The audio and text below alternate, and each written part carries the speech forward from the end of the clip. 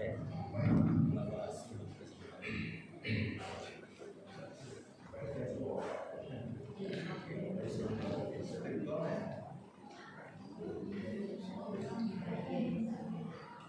mulai Biasa. Ibu. Bismillahirrahmanirrahim.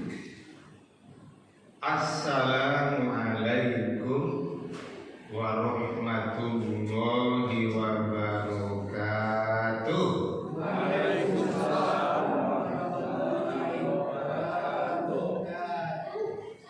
Alhamdulillahilladzi an'ama alaina bi ni'matil iman wal islam. Asyhadu an la ilaha illallah wa asyhadu anna Muhammadan abduhu wa rasuluh la nabiyya ba'da. Bapak-bapak dan ibu serta saudara dan adik-adik, pengurus dan jamaah Masjid Baitur Rahim yang saya hormati dan saya muliakan. Segenap puji dan syukur mari kembali kita ucapkan kepada Allah Subhanahu wa taala atas segala limpahan rahmat dan nikmat-Nya kepada kita semua. Shalawat dan salam kita doakan pula semoga senantiasa tercurah buat Nabi junjungan kita, yakninya Nabi besar Muhammad sallallahu alaihi wasallam. Allahumma sholli ala Muhammad wa ala ali Muhammad. Alhamdulillah, berkat izin dan rahmat Allah, jumpa lagi kita melalui kegiatan wirid pengajian di masjid yang kita cintai ini bersama saya Ustaz Siril Firdaus. Insyaallah setiap Jumat kedua bulan Genap. Malam ini pengajian kita saya sampaikan dengan judul penyebab dan pembendung bencana. Penyebab dan pembendung bencana.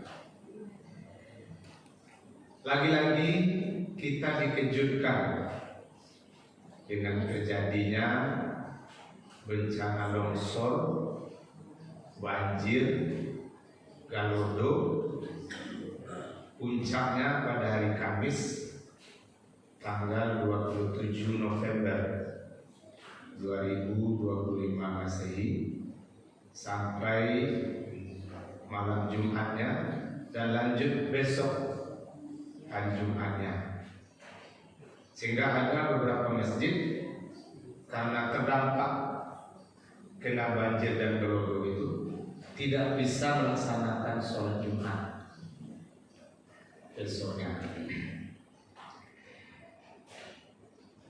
Update berita korban yang dikeluarkan oleh BNPB sampai hari ini Jumat 12 Desember 2025 itu yang dinyatakan ketemu meninggal sebanyak 990 orang,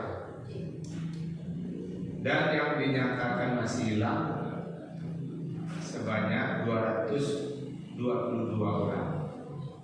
Total jumlahnya 1.212 orang. 12 pas pula hari ini tanggal 12 bulan 12.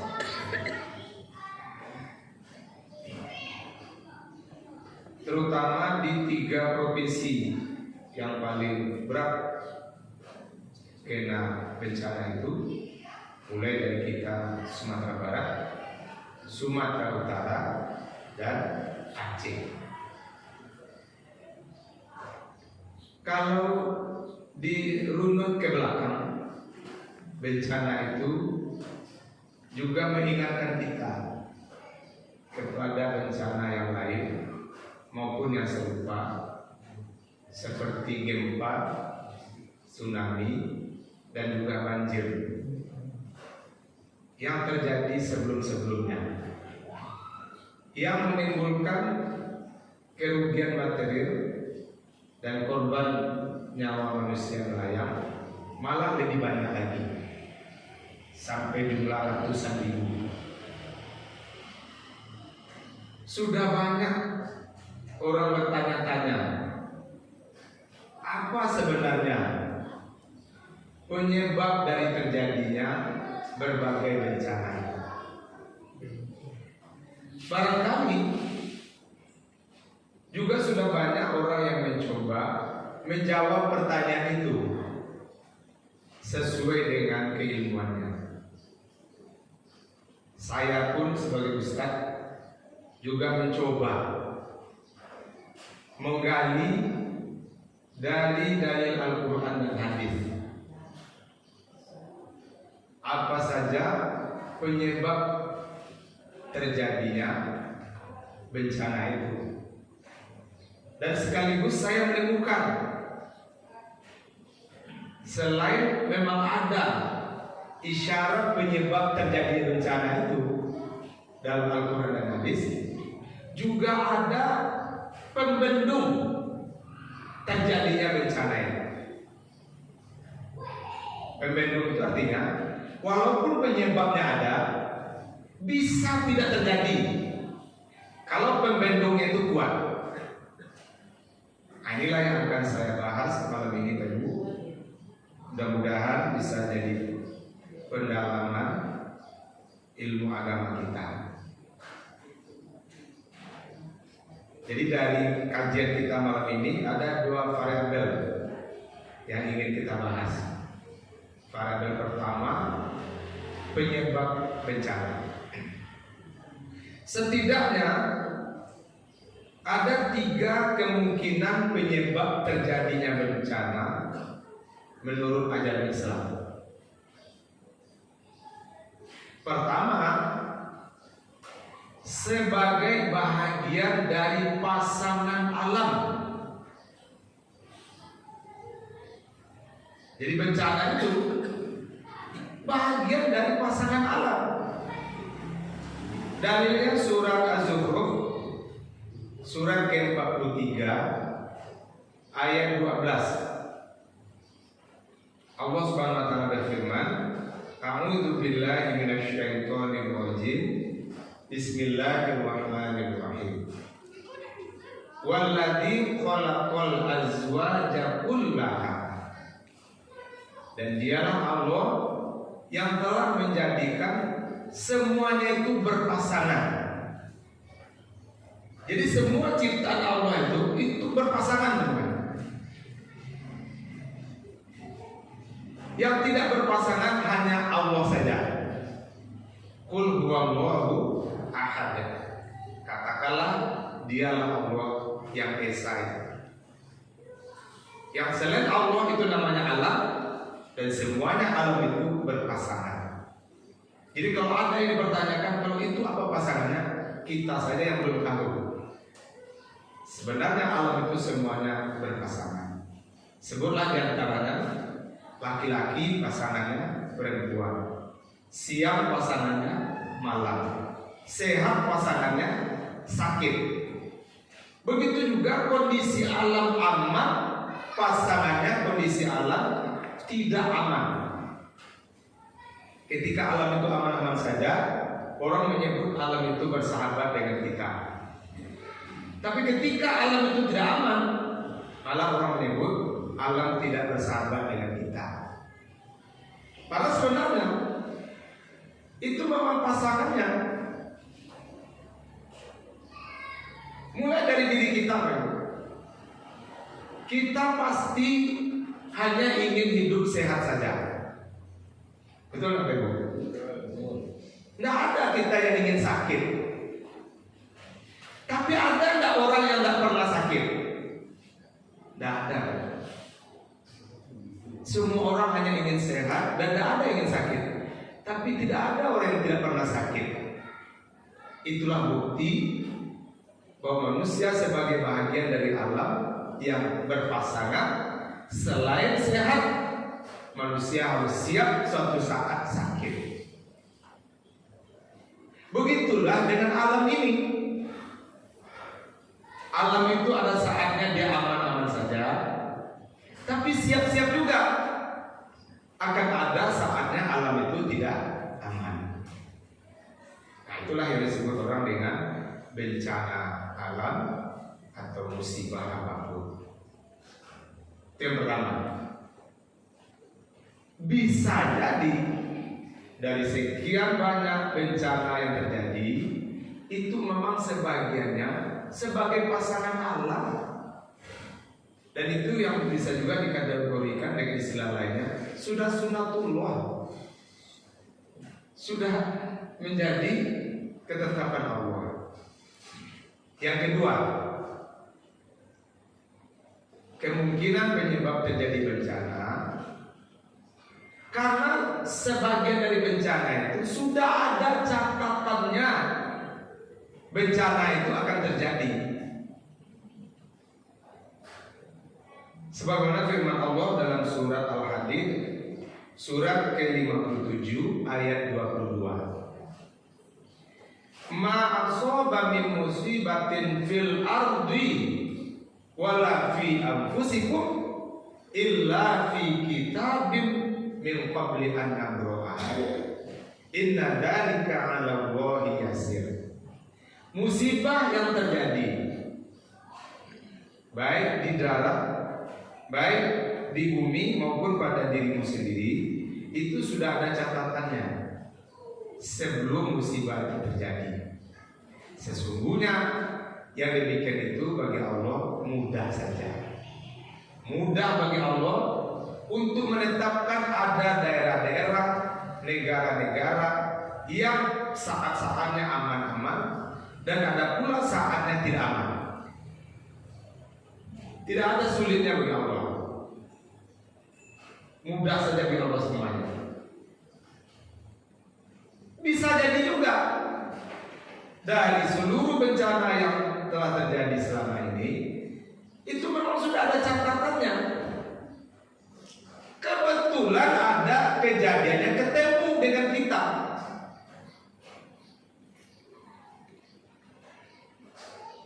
Ketemu dengan kita. Padahal sebenarnya itu sudah ada catatannya. Kita mendapatinya saja lagi. Itu yang kedua. Yang ketiga, kemungkinan penyebab terjadinya bencana diundang oleh dosa manusia. Sebagaimana firman Allah dalam surat Ali Imran surat ketiga ayat 11. Kadabi ali fir'auna walladzina min qablihim kadzabu bi ayatina fa'akhadhahumullahu bidzunubihim wallahu syadidul iqab. Kalau perangai mereka sudah seperti perangai Fir'aun dan orang-orang sebelum mereka, di mana mereka mendustakan ayat-ayat kami. Tahu mereka ada ayat-ayat kami, tapi itu mereka dustakan. Tidak mereka percayai, mereka tolak. Bahkan apa yang ada dalam ayat-ayat kami itu yang berupa perintah, tidak mau dia kerjakan. Yang berupa larangan, itu yang mereka senangi. Lalu Allah menyiksa mereka karena dosa-dosa mereka itu. Dan Allah itu memang sangat pedih siksaannya. Jadi dengan sebab yang ketiga ini, bahwa memang ada kemungkinan terjadinya bencana itu karena diundang oleh dosa manusia. Nah, pertanyaan saya ke kita baru, kira-kira rasa-rasanya bencana yang selama ini terjadi, yang setahu kita itu lebih banyak sebagai pasangan alam, sudah ada catatannya, atau karena dosa manusia? Mana kira-kira? Yang ketiga, Masya Allah, luar biasa. Mungkin bisa jadi memang ketiga, tapi saya lebih menguatkan pastinya wallahu a'lam. Hanya Allah yang tahu. Bisa jadi ada. Bisa jadi itu yang banyak. Pasangan alamnya terjadi di masa kita banyak. Bisa jadi juga catatannya terjadi masa kita banyak. Bisa jadi juga memang dosa manusia yang sudah banyak mengundang bencana. Dan ketiganya itu tidak bisa kita pungkiri. Dan mana yang pasti benarnya, sekali lagi kita serahkan sepenuhnya kepada Allah Subhanahu wa Ta'ala. Saya ingin memperdalam yang ketiga. Kalau yang pertama itu memang sudah alamnya. Begitu juga yang kedua, kalau memang sudah catatannya, apa daya kita. Tapi yang ketiga ini Ibu, ini bisa kita kendalikan. Bisa kendalikan. Artinya untuk ke depan lagi, kalau ingin masa-masa ke depan, apakah ketemu dengan kita atau anak cucu kita nanti berkurang lagi bencana? Berkurangnya karena kalaupun masih terjadi bencana, biarlah itu terjadinya karena pasangan alam dan yang sudah catatannya saja lagi. Yang karena dosa kalau dapat jangan lagi. Jadi kalau yang pertama dan kedua tadi tidak dapat oleh kita, tapi yang ketiga bisa kita yang menentukannya. Memang dalam ayat lain surat Ar-Rum surat ke-30 ayat 41 semakin konkret dan lebih dekat kita meyakini bahwa memang lebih dominan penyebab terjadi bencana itu karena dosa manusia. Apa bunyi ayatnya? Zuharal fasadu fil barri wal bahri bima kasabat aydin nas liyudhiqahum ba'dal ladzi amilu la'allahum yarji'un. Telah nyata nampak kerusakan terjadi di darat dan di laut. Itu lebih disebabkan oleh ulah perbuatan tangan manusia. Karena Allah ingin memberi rasa kepada mereka akibat dari sebahagian yang mereka amalkan itu. Mudah-mudahan mereka kembali kepada jalan yang benar, kembali sadar, kembali kepada Allah, kembali taubat nasuha. Ibnu Katsir menafsirkan disebabkan oleh ulah perbuatan tangan manusia itu dua. Pertama, semena-menanya manusia mengeksploitasi alam, menggali kekayaan alam, baik yang di daratnya maupun yang di dalam perut buminya ataupun yang di lautnya, semena-mena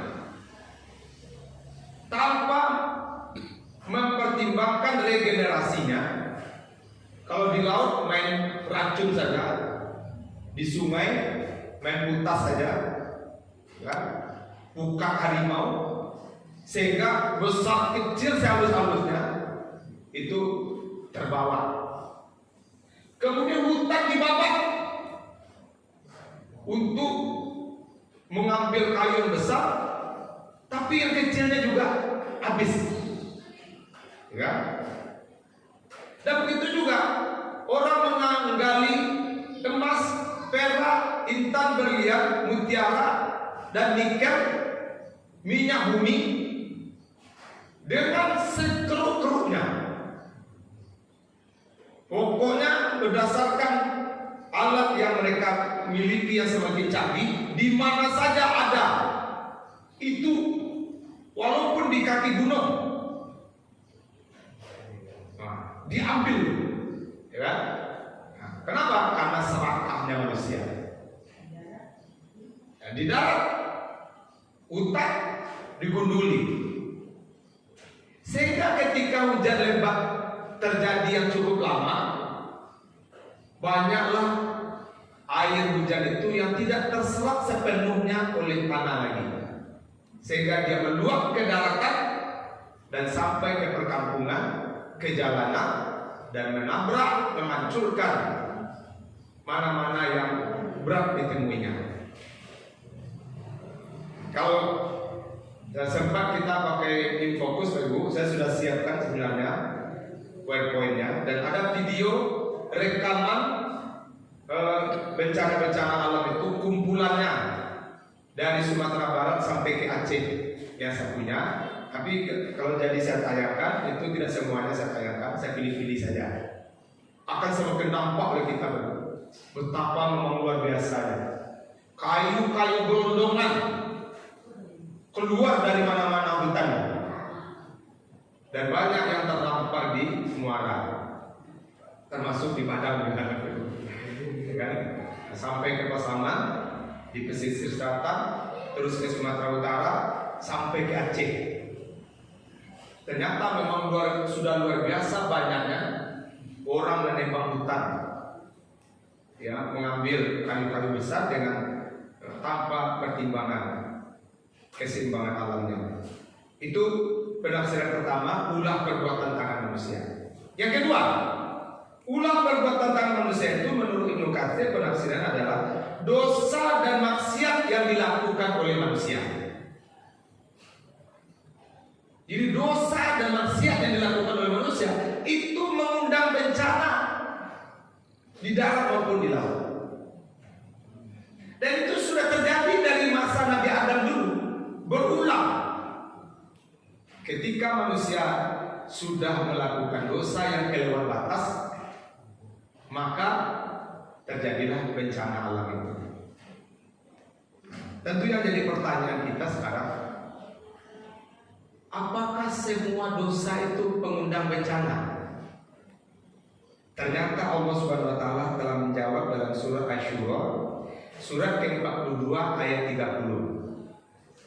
Wa ma asaba min musibatin fabima kasabat aydikum wa yafu an katsir.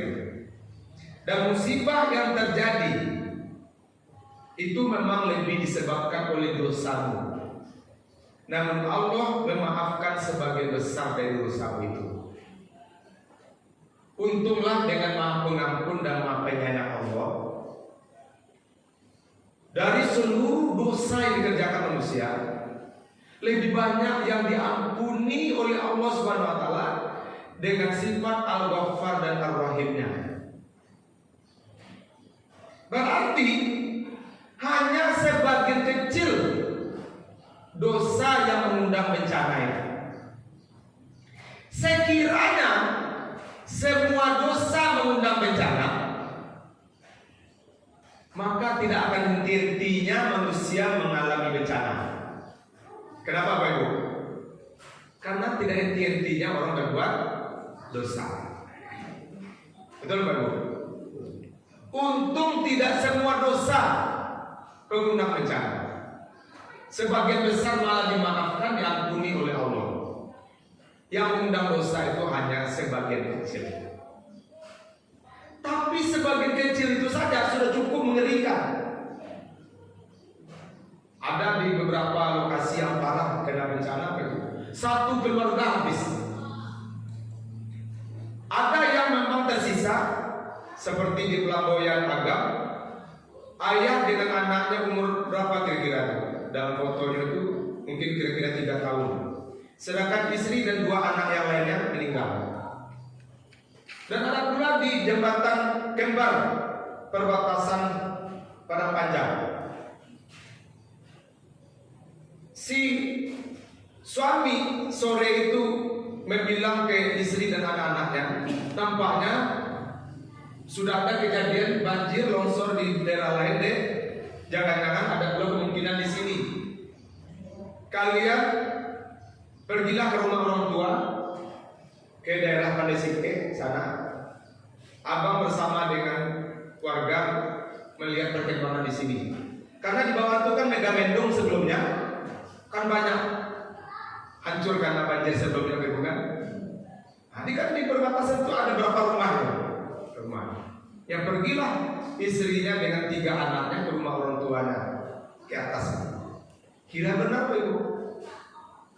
Ketika itu terjadi Galodo menimbun hampir semua rumah di perbatasan Parangpanjang di jembatan Kembar itu. Dan suami itu ikut hilang bersama dengan warga yang lain. Istrinya dengan anak-anaknya selamat karena dia pergi ke tempat orang tuanya. Dan belum lagi Pak Ibu, juga kita temukan di Sibolga beberapa keluarga besar mereka habis. Dan begitu juga di Aceh, khususnya Aceh Tamiang, ada 2 desa hilang, tidak ada lagi. Dan ada ratusan sampai ribuan mobil ketika banjir itu terjadi sedang lewat, tidak bisa jalan lagi. Dan ketika relawan melewatinya sudah banyak bau busuk. Jadi diperkirakan sopir dan penumpangnya itu sudah meninggal di dalam mobil itu. Dan itu belum terdaftar apa masuk dalam berita yang hilang itu atau yang tidak ada laporan. Itu kita dan lain sebagainya. Baik Bapak Ibu, kita lanjut. Kalau memang hanya sebagian kecil dosa pengundang bencana, apa saja Ustaz? Secara ringkas saya pilihkan Bapak Ibu berdasarkan dari Quran dan Hadis 8 dosa pengundang bencana. Saya uraikan ke-8-nya secara ringkas. Nanti saya konfirmasi kepada Bapak Ibu sudah berapa yang terjadi. Pertama, dosa mengingkari nikmat Allah Subhanahu wa taala. Surat An-Nahl surat ke-16 ayat 112.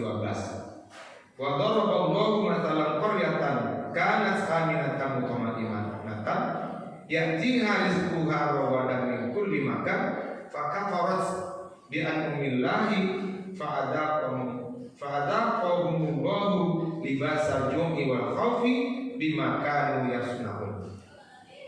Dan Allah dalam membuat perumpamaan, ada suatu negeri yang hidupnya awalnya begitu aman dan tenang, di mana kepada mereka penduduknya datang rezeki yang berlimpah dari berbagai tempat. Yang dimaksud tidak disebutkan nama negerinya, tapi dalam tafsir disebutkan negeri Sabah. Tapi kemudian penduduknya mengingkari nikmat-nikmat Allah itu. Mengingkari kemana? Mereka menganggap nikmat Allah itu tidak dari pemberian Allah, melainkan karena kesungguhan mereka berusaha. Mereka sombong, kemudian mereka malah berbuat maksiat dengan nikmat itu. Mereka gunakan nikmat itu untuk berjudi, untuk berzina, untuk mabuk-mabuk, ingkari nikmat Allah itu. Nah, lalu kami datangkanlah kepada mereka pakaian ketakutan dan kelaparan karena apa yang mereka perbuat itu. Jadi mengingkari nikmat Allah diterima tapi dianggap itu adalah karena kehebatannya, itu mengundang bencana. Nah, kira-kira selama ini ada nggak orang menganggap bahwa dia mendapat nikmat itu karena kepandaian mereka? Ada. Itu mengundang bencana. Jadi bagi kita Pak Ibu, apapun nikmat yang kita dapat, itu segera kita katakan ini adalah karunia dari Allah Subhanahu wa taala. Termasuk misalnya Bapak Ibu selamat ya, anaknya sudah diwisuda, kabarnya dia bagus dan sebagainya. Alhamdulillah, itu nikmat Allah. Sebut alhamdulillah. dulilah dan itu nikmat Allah. Jangan disebut begini. Iya, siapa dulu orang tuanya? Itu sombong, lupa dengan memberi nikmat itu. Tidak boleh. Begitu juga dengan nikmat dapat keturunan, dapat rezeki-rezeki yang lain. Itu nikmat karunia dari Allah Subhanahu wa taala. Yang kedua, dosa berbuat zalim. Dalilnya surah Al-Qasas surah ke-28 ayat 59. Wa ma kunna muhlikil qura illa wa ahluha zalimun. Dan kami tidak pernah membinasakan suatu negeri kecuali kalau penduduknya sudah berbuat zalim. Zalim itu semena-mena, sewenang-wenang, berbuat aniaya, membela yang salah, kemudian menyalahkan yang benar. Itu zalim. Kalau yang salah itu adalah pihak dia, maka dia akan bela, dia anggapnya itu benar. Kalau yang benar itu adalah lawannya, dia akan katakan itu adalah salah, karena itu adalah musuhnya. Itu zalim. Itu pengundang bencana. Kira-kira sudah ada pejabat yang begitu, Pak? Sudah banyak. Pengundang bencana. Termasuk apa yang dilakukan di Masjid Agung Sibolga. Seorang mahasiswa musafir dalam perjalanan dengan motor kecapean mencari istirahat yang merasa akan lebih nyaman dan aman kalau di masjid. Sampailah di Masjid Agung Sibolga. Baru dia sebentar istirahat, datang sajalah orang yang meneriakin maling kota infak. Dan datang pula pemuda yang lain, kemudian memukul, menghajar tanpa ampun mahasiswa itu sampai mati. Para mahasiswa itu kiranya yatim piatu, dia ditinggalkan berdua dengan adiknya perempuan. Dia membiayai kuliahnya dan sekolah adiknya dengan pergi melaut karena beratnya beban hidupnya. Tapi dia harus meregang nyawa karena dia ketemu dengan orang-orang yang zalim. Ternyata yang meneriakkan maling kota infak itu adalah tukang jual sate di belakang masjid itu yang sudah keluar masuk penjara. Dan preman-preman yang 4 orang lagi itu, kata jamaah dan pengurus masjid, hampir tidak pernah nampak sholat berjamaah. Jadi mereka memang orang-orang yang suka berbuat aniaya begitu. Pas 40 hari setelah kematian mahasiswa itu, terjadilah dua-dua ini. Yang ketiga, dosa orang-orang yang hidup mewah namun suka melakukan kemaksiatan. Surat Al-Isra surat ke-17 ayat 16. Wa idza aradna an nuhlika qaryatan amarna mutrafiha fafasaqu fiha fahaqqa 'alaiha al-qawlu fadammarnaha tadmira. Dan apabila kami menginginkan untuk membinasakan suatu negeri, awalnya kami perintahkan dulu orang-orang yang mewah, orang-orang yang kaya, para pejabat untuk menjadi orang yang lebih taat. Tapi malah mereka yang lebih dahsyat berbuat maksiat. Lalu berlakulah ketetapan kami atasnya. Kami hancurkan negeri mereka sehancur-hancur. Jadi ketika orang kaya, para pejabat memperagakan kekayaannya, sombong semena-mena, kemudian berbuat maksiat dengan kelebihannya itu mengundang bencana. Anda ada orang kaya dengan para pejabat itu yang tidak peduli dengan ketaatan, malah suka dengan kemaksiatan. Ada tak itu? Ada banyak pengundang bencana. Yang keempat, dosa melakukan perbuatan zina. Dalilnya hadis, apabila perbuatan zina sudah dilakukan di suatu negeri dan penduduknya itu berarti telah rela datangnya bencana alam kepada mereka. Hadis riwayat Al-Hakim. Kita sudah banyak mendengar betapa luar biasanya perzinahan terjadi. Tidak hanya bagi muda-mudi yang pacaran, tapi orang yang sudah berkeluarga pun juga masih berzina. Betul nggak Ibu? Bahkan yang paling menyesakkan dada kita, ada orang yang sedarah malah berzina. Ayah kandung menzinai anak kandungnya sendiri. Bahkan mohon maaf Ibu kalau ada kita dari daerah itu, tapi biar saya sebut dari air Bangis. Air Bangis. Ada satu abang memperkosa dua adik kandungnya, dan kedua adik kandungnya hamil. Salah seorangnya sudah melahirkan dan satu orangnya menunggu melahirkan. Ngerinya perzinahan. Tidak hanya orang yang ada ikatan kekeluargaan, beradik kakak kandung pun berani berbuat zina.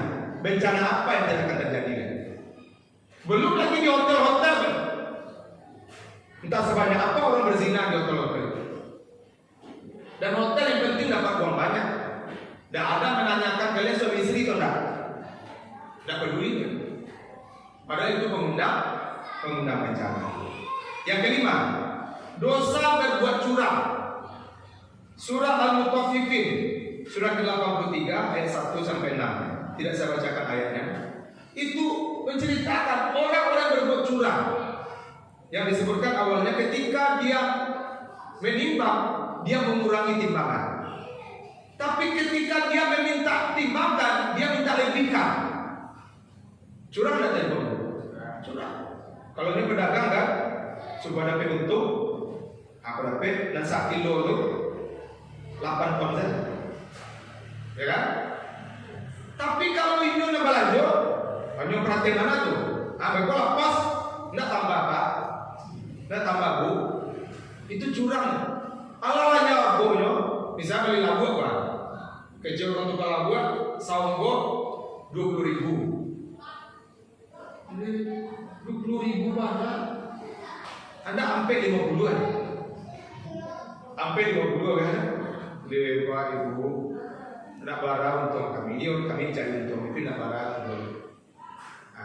Kini itulah 350. Setelah bertong-tong saudara, jadilah 350. Lagi masuklah ke 3 itu. Anda bertambah, minta tambah aja baru. Tidak boleh kan? Jadi kalau kita sudah minta kurangkan, itu boleh. Karena memang ada hak pembeli untuk menawar itu. Tapi lagi dikurangi, mintanya dikurangi, itu curang. Mengundang bencana itu. Bencana. Kalau pembeli terbaik, tidak usah ditawar, Beb. Apalagi belanja kepada orang-orang yang payah hidupnya. Petani yang bagaimana perjuangannya itu menjual sayur. Bertawarlah 5.000 sampai. Anda 3.000 Bu. Astagfirullahaladzim. Padahal itu kalau di supermarket 10.000 sekali. Tidak ada pernah bertawar supermarket kan? Pernah ada orang menawar di supermarket? Nah, itu curang kepada orang yang payah hidupnya berdagang. Kita minta kurang-kurang. Kalau dapat Pak Ibu, yang kita beli dagangan orang-orang yang berjuang itu, jangankan kita tawar. Setelah kita beli misalnya sekian barangnya, harganya 90.000, kasih uang 100, Pak Ibu ini belanja saya tadi berapa? 90. Dia ambilnya, kemudian mulai sebut, tidak usah Pak, ambillah 10.000. 90.000 jual beli kita, 10.000 untuk saya di akhirat nanti. Itu luar biasa pembeli. Jadi jangan curang. Kemudian yang keenam, dosa guna bencana adalah tidak membayar zakat. Menganggap zakat itu mengurangi hartanya. Itu mengundang bencana. Karena zakat itu adalah rukun Islam yang wajib untuk ditunaikan, bukan sunnah. Kalau infak sedekah sunnah, tapi kalau zakat wajib. Hati-hati kita dengan harta kita. Kalau sudah sampai nisab zakatnya baru keluarkan zakatnya, jangan sampai tidak. Itu jadi hutang yang harus kita selesaikan di akhirat nanti. Yang ketujuh, dosa mengundang bencana adalah dosa membiarkan maksiat. Itu mengundang bencana. Jadi kalau ada orang berbuat maksiat di suatu lokasi, suatu tempat, suatu daerah, orang tahu, tapi orang diam saja, maka sikap mendiamkan maksiat itu mengundang bencana. Mengundang bencana. Nah, banyak tak perbuatan maksiat penyakit masyarakat seperti berjudi, mabuk-mabuk, dibiarkan saja oleh orang baik. Banyak tak? Itu mengundang bencana. Sikap membiarkan penyakit masyarakat itu. Apalagi di kampung-kampung sekarang Pak Ibu, hampir setiap kedai ada permainan domino, remi, koa. Yang mereka tidak segera desain-desain, memang berjudi. Itu pengundang bencana. Pengundang bencana. Nah, cuman untuk menghentikan penyakit masyarakat itu memang harus ada ilmunya. Ilmunya apa? Rasulullah mengingatkan dalam hadis ada 3 cara. Pertama dengan tangan. Dengan tangan itu maksudnya bukan dengan tangan, tapi dengan kekuasaan. Jadi ini juga isyarat umat Islam harus mengambil kekuasaan supaya bisa membasmi kemungkaran. Kalau tidak mampu dengan kekuasaan, yang kedua dengan nasihat. Nasihati. Nah, seperti kami ustaz-ustaz menasihati. Bapak Ibu juga untuk keluarga kita, nasihati keluarga kita. Jangan ikut-ikutan berbuat perbuatan penyakit masyarakat. Kemudian ketiga dengan hati. Dengan hati itu mana? Kita doakan agar yang berbuat penyakit masyarakat itu sadar dan mereka dapat hidayah. Dan kita bermohon pada Allah agar jangan cenderung hati kita ke situ. Berarti itu dengan iman. Yang kedelapan, mengumpulkan harta yang haram. Itu pengundang bencana. Mengumpulkan harta yang haram itu pengundang bencana. Mengumpulkan harta dengan mencuri, pengundang bencana. Sampai korupsi. Mengumpulkan harta dengan berjudi, pengundang bencana. Mengumpulkan harta dengan mempermainkan kwitansi, pengundang bencana. Mengumpulkan harta dari hasil mengurangi timbangan berdagang, mengundang bencana. Jadi ini 8 pengundang bencana.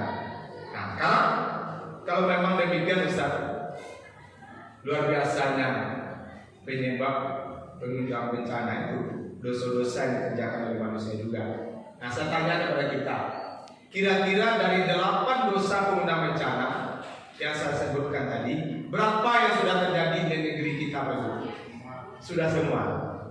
Kalau begitu, berarti wajar bencana-bencana berulang terjadi. Nah, pertanyaan sekarang, kalau memang terus ada potensi kemungkinan terjadi bencana tadi karena pasangan alam, karena catatannya, karena dosa manusia, bisa enggak dibendung kemungkinan bencana itu tidak terjadi?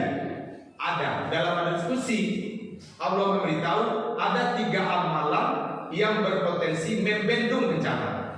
Membendung bencana itu artinya menghentikan bencana, bahkan bisa tidak terjadi bencana itu. Ada 3 amalan. Bunyi diskusi itu begini. Allah berfirman, "Inilah ahamu bi ahlil ardi adzaban. Fa idza ra'aitum marra buyuti wal mustaghfirina bil ashar wal mutahaddina fiyya sarraftu anhum adzabi." Sesungguhnya aku bermaksud berkeinginan menurunkan bencana ke muka bumi setiap kali ada orang berbuat dosa. Tapi apabila pada waktu yang sama aku melihat ramainya 3 kelompok manusia, aku palingkan bencana itu dari mereka. Pertama, ramainya mereka mengunjungi rumahku. Ramainya orang sholat berjamaah, ramainya orang mendengarkan pengajian ke masjid, ke musola, itu yang nomor 1 pembendung bencana. Jadi kalau misalnya di sebuah masjid musola, berapa komunitas umat Islam yang ada di situ, maksimal umat di situ memakmurkan masjid, itu membendung bencana di lokasi itu. Tidak cuma di lokasi masjid, sekitarnya juga. Bahkan negara kalau dipenuhi masjid musolanya oleh orang-orang berjamaah setiap waktu, itu membendung bencana. Saya contohkan secara negara Brunei Darussalam. Sudah selama ini kita menonton televisi, sekarang banyak media sosial. Pernah nggak kita mendengar berita kriminal dari Brunei? Bencana alam dari Brunei? Nggak ada. Brunei itu sangat aman, nol bencana alam, dan rakyatnya hidup makmur dan sejahtera. Kok bisa Brunei begitu? Ternyata seluruh masjid musola di Brunei itu selalu penuh dengan sholat 5 waktu berjamaah. Tidak cuma waktu sholat Jumat, tidak cuma Ramadan, saban hari 5 waktu. Seluruh masjid musola penuh terus dengan sholat berjamaah di Brunei Darussalam. Dan mereka menikmati jauhnya negara mereka dari bencana. Kiranya ini saya sampaikan dalam khutbah Jumat saya tadi, Pak Ibu, sambil saya makan siang di sebuah rumah makan. Kiranya yang jual nasi di situ, dia sudah pernah ke Brunei. Dia bersalaman dengan saya. Betul sekali yang Ustaz sampaikan. Saya sudah ke Brunei, Ustaz, dan apa yang Ustaz bilang tadi itu saya sendiri menemukan. Subhanallah, saya salami dia, Pak Ibu. Terima kasih, Bapak semakin menguatkan penyampaian saya. Jadi masjid musola di Brunei itu penuh terus dengan sholat berjamaah. Jadi mereka untuk yang agama-agama, Pak Ibu, luar biasa semangatnya. Untuk yang olahraga, hiburan, tidak ada. Saya biarkan di mereka. Jadi kalau di Brunei itu ada pertandingan bola, tidak berapa orang menonton itu. Ada hiburan, tidak berapa orang menonton itu. Tapi kalau ada sholat berjamaah, pengajian, pertunjukan baca Al-Quran, tumpah ruah orang hadir. Makanya negara mereka aman, makmur, sejahtera. Negara kita kenapa dulu? Ada tak masjid musola yang selalu penuh sholat 5 waktu berjamaah? Setahu saya baru 2. Masjid Jogokarya di Yogyakarta, Masjid Al-Hikmah di Seragen. Mudah-mudahan menyusul Masjid Baitur Rahim para Anauni. Amin. Ya Rabbal Alamin. Tapi yang selebihnya kemana? Sepi. Padahal umat ramai tinggal di situ. Di mana kita tahunya umat ramai tinggal di situ? Ketika ada yang beralih di samping masjid itu, luar biasa tumpah ruah umat menonton organ tanggul. Luar biasa ramainya. Bukti bahwa banyaknya umat kita. Ya. Jadi kalau tahulah pemerintah kita diskusi ini, kalau dapat mulai dari presiden sampai Pak RT, suruh seluruh umat Islam ini rajin sholat berjamaah. Dan mulai dari presiden itu sampai Pak RT ikut sholat berjamaah. Kapan perlu jadi imam? Itu, ya kan?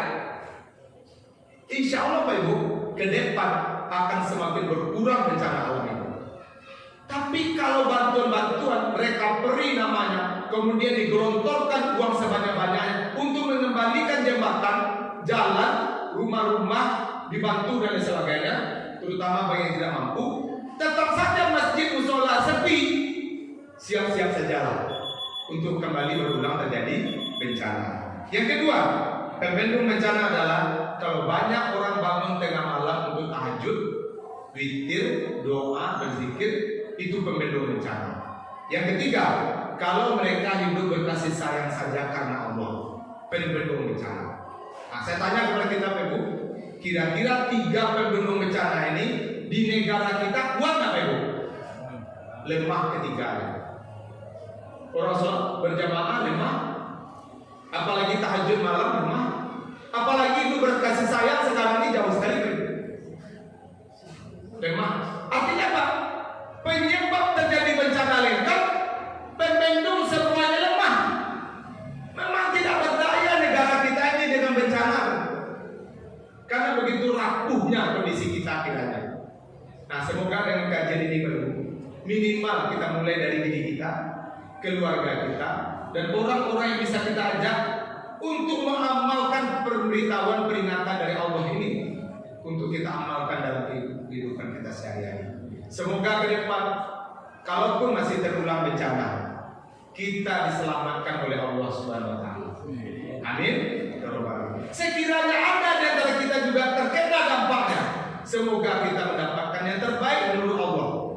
Sekiranya kita ada yang meninggal nanti dalam bencana, semoga kita tergolong mati syahid. Amin ya rabbal alamin. Terima kasih dan mohon maaf. Billahi taufiq wal hidayah. Wassalamualaikum warahmatullahi wabarakatuh.